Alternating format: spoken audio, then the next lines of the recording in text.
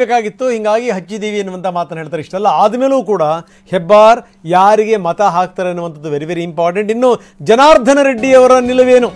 ಜನಾರ್ದನ ರೆಡ್ಡಿ ತಮ್ಮ ಮತದಾನದ ಬಗ್ಗೆ ಏನು ಹೇಳಿದ್ದಾರೆ? ಆತ್ಮಸಾಕ್ಷಿಗೆ ಅನುಗುಣವಾಗಿ ಮತ ಹಾಕಿದ್ದೀನಿ. ಬಹಳ ಆತ್ಮಸಾಕ್ಷಿಯ ಮಾತುಗಳು ಕೇಳಿ ಬರ್ತಾ ಇದ್ದಾವಪ್ಪ. ರಾಜ್ಯಸಭಾ ಚುನಾವಣೆ ಬಂತು, ವಿಪರೀತ ಆತ್ಮಸಾಕ್ಷಿಯ ಮಾತುಗಳು. ಯಾರಿಗೆ ಮತ ಹಾಕಿದ್ದೀನಿ ಅಂತ ನಾನು ಬಹಿರಂಗಪಡಿಸಲ್ಲ, ಆದರೆ ಆತ್ಮಸಾಕ್ಷಿಗೆ ಅನುಗುಣವಾಗಿ ನಾನು ಮತ ಚಲಾಯಿಸಿದ್ದೀನಿ. CM DCM ಸೇರಿದಂತೆ ಬಹಳಷ್ಟು ಜನ ನನ್ನನ್ನು ಸಂಪರ್ಕ ಮಾಡಿದ್ರು, ಆದರೆ ನಾನು ಆತ್ಮಸಾಕ್ಷಿಗೆ ಅನುಗುಣವಾಗಿ ನಾನು ಮತ ಹಾಕಿದ್ದೀನಿ ಅಂತಾರೆ ಜನಾರ್ದನ ರೆಡ್ಡಿ.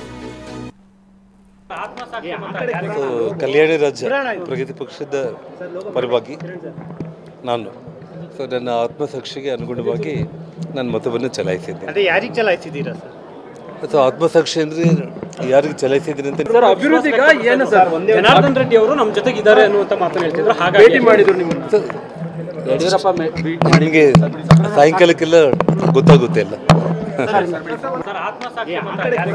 ಕಲ್ಯಾಣಿ ರಾಜ್ಯ ಪ್ರಗತಿ ಪಕ್ಷದ ಪರವಾಗಿ ನಾನು ನನ್ನ ಆತ್ಮಸಾಕ್ಷಿಗೆ ಅನುಗುಣವಾಗಿ ನನ್ನ ಮತವನ್ನು ಚಲಾಯಿಸಿದ್ದೆ. ಅದೇ ಯಾರಿಗೆ ಚಲಾಯಿಸಿದ್ದೀರಾ ಸರ್? ಅಥವಾ ಆತ್ಮಸಾಕ್ಷಿ ಅಂದ್ರೆ ಯಾರಿಗೆ ಚಲಾಯಿಸಿದ್ರಿ ಅಂತ ಸರ್, ಅಭಿವೃದ್ಧಿಗ ಏನು ಸರ್? ಜನಾರ್ದನ್ ರೆಡ್ಡಿ ಅವರು ನಮ್ಮ ಜೊತೆಗೆ ಇದ್ದಾರೆ ಅನ್ನುವಂತ ಮಾತನ್ನು ಹೇಳ್ತಿದ್ರು. ಹಾಗಾಗಿ ಭೇಟಿ ಮಾಡಿದ್ರು ನಿಮ್ಮನ್ನು ಯಡಿಯೂರಪ್ಪ ನಿಮಗೆ ಸಾಯಂಕಾಲಕ್ಕೆಲ್ಲ ಗೊತ್ತಾಗುತ್ತೆ ಎಲ್ಲ.